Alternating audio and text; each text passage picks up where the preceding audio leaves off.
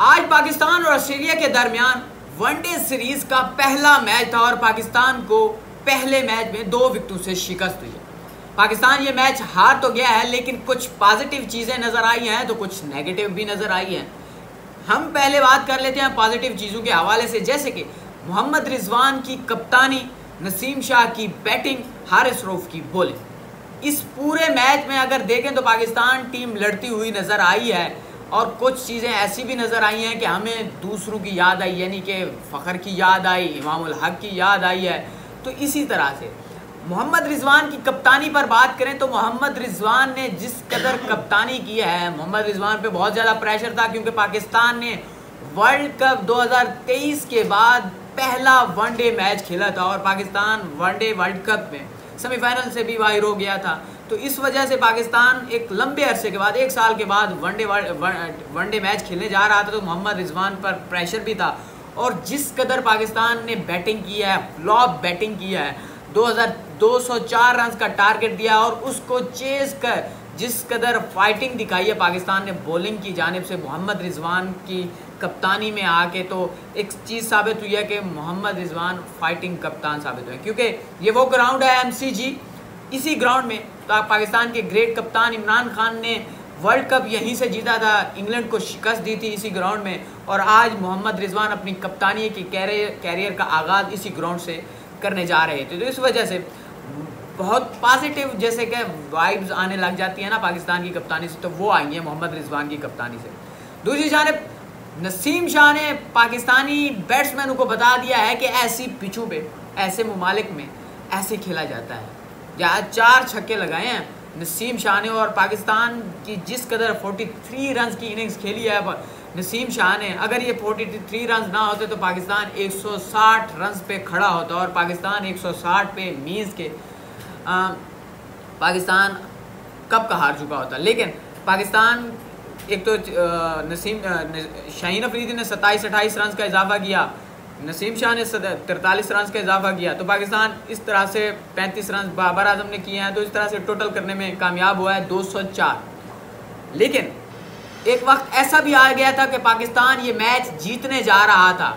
वो ऐसा वक्त था कि जब मैक्सवेल की विकेट भी हासिल कर ली हारिस रऊफ ने, तो वहाँ पे साबित हो गया कि हारिस रऊफ मैच बनाने जा रहा है, टर्निंग पॉइंट होता। अगर पाकिस्तान ये मैच जीत जाता तो ये टर्निंग पॉइंट या टर्निंग विकेट होती मैक्सवेल की, जिस कदर हारिस रऊफ ने 3 खिलाड़ियों को आउट किया है, नसीम शाह ने 2 खिलाड़ियों को, और इसी तरह से शाहीन अफरीदी ने भी 2 खिलाड़ियों को आउट किया। तो अब कहने का मतलब ये है कि पॉजिटिव चीज़ें नज़र आई हैं।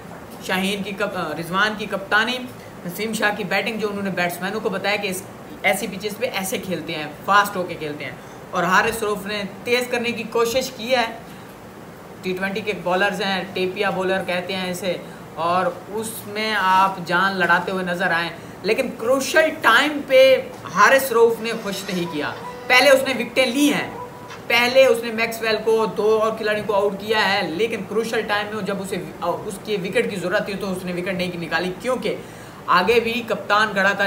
आपको याद हो तो T20 वनडे वर्ल्ड कप में जब अफगानिस्तान के खिलाफ मैच में ऑस्ट्रेलिया हारने वाला था, तो मैक्सवेल के साथ लंबी इनिंग्स खेल के पैट कमिंस ने मैच को निकाला था। तो उसी तरह से आज भी वैसा ही हुआ है कि पैट कमिंस 7 खिलाड़ी आउट हो चुके थे 160 रन पे, तो पैट कमिंस ने ऐसा ऐसा खेलते पाकिस्तान 204 रन टारगेट किया। 8 खिलाड़ी आउट हुए हैं ऑस्ट्रेलिया के और 2 विकेटों से ऑस्ट्रेलिया मैच जीत गया। अब थोड़ी सी नेगेटिव बात कर लेते हैं, नेगेटिव चीज़ें जो नज़र आई हैं।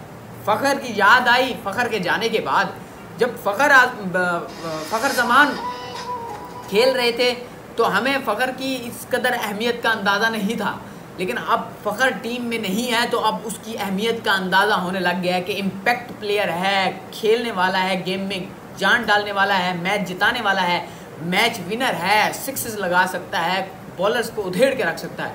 लेकिन आज पाकिस्तान की जो ओपनिंग बल्लेबाजी थी, जैसे साइम अयूब, अब्दुल्ला शफीक, साइम अयूब जिसे नो लुक शॉट कहते हैं, आज उसका ठीक है पहला मैच था, लेकिन उस पहले मैच में आप कह सकते हैं वनडे की बात कर रहा हूँ, T20 में नाकाम है, टेस्ट में भी नाकाम है, उसे मुसलसल खिलाई जा रहे हैं, लेकिन हम उसे मुसलसल मौका देने के बाद भी अगर साइम अयूब को अब टीम से निकाल देते हैं तो मेरे ख्याल में साइम अयूब का गिला नहीं बनता कि मुझे ड्रॉप क्यों किया गया है या फिर मुझे क्यों निकाला है, क्योंकि साइम अयूब को बहुत ज़्यादा मौके दे दिए गए हैं। एक बात।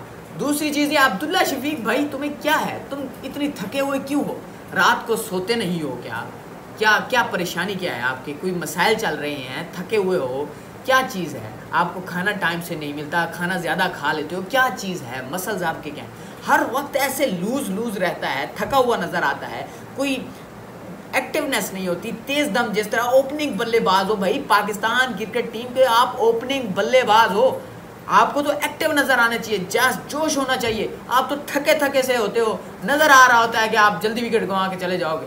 तो ये चीज़ें हैं कि अब्दुल्ला शफीक को एक्टिव होना पड़ेगा। आप ओपनिंग बल्लेबाज हो, एक आप इम्पैक्ट डाल रहे हो तो मुखालिफ टीम पे आप जान से जान लड़ा के जब जाते हो ना, तेज़ दम खेल रहे होते हो, पता चलता है कि ये आज मार धाड़ करेंगे, पता चलेगा। साइम अयूब को मुसलसल मौका देने जाने के बाद भी आज उस नाकाम हुए हैं, तो ठीक है उसका पहला वनडे था, लेकिन अब उसे ड्रॉप कर देना चाहिए मेरे ख्याल में। दूसरी चीज़, हम अगर देखें तो हमारी जो सिलेक्शन कमेटी है ना टीम की, वही ये प्लेइंग 11 सेलेक्ट करती है।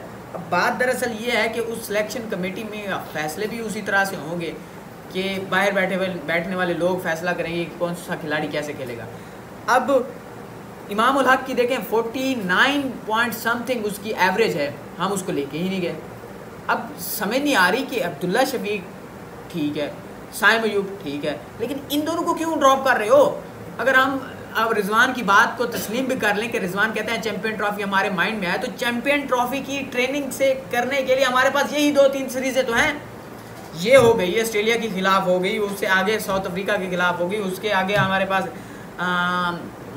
वेस्ट इंडीज़ के खिलाफ आ गई है, फिर ट्राई सीरीज़ आने वाली है। यही सीरीज़ें तो हैं, हमने अपनी चैंपियन ट्रॉफी के लिए ट्रेनिंग करनी है, टीम को बनाना है, तो वहाँ भी अपने प्रीमियम बैट्समैन को हम ड्रॉप कर देंगे या प्रीमियम खिलाड़ी को ड्रॉप कर देंगे, तो फिर कब होगी तैयारी। तो पाकिस्तान में पॉजिटिव चीज़ें भी हैं, नेगेटिव चीज़ें भी हैं, लेकिन बहुत अच्छा लगा आज रिजवान की कप्तानी को देख के, नसीम शाह की बैटिंग को देख के, हारिस रऊफ की बॉलिंग को देख के। लेकिन बॉलिंग में स्टेमिना बढ़ाना पड़ेगा, 4 ओवर्स नहीं है या 10 ओवर्स हैं। 10 ओवर इट मीन्स कि आपको मुसलसल 10 ओवर करवाने पड़ेंगे, मुसलसल। ऐसे बॉलर पाकिस्तान के पास होने चाहिए जो अगर 10 के 10, एक एंड से 10, एक एंड से 10 ओवर करवाने वाले हों, फिर जाके वो 50 ओवर में फील्डिंग भी करेंगे, बॉलिंग भी करेंगे।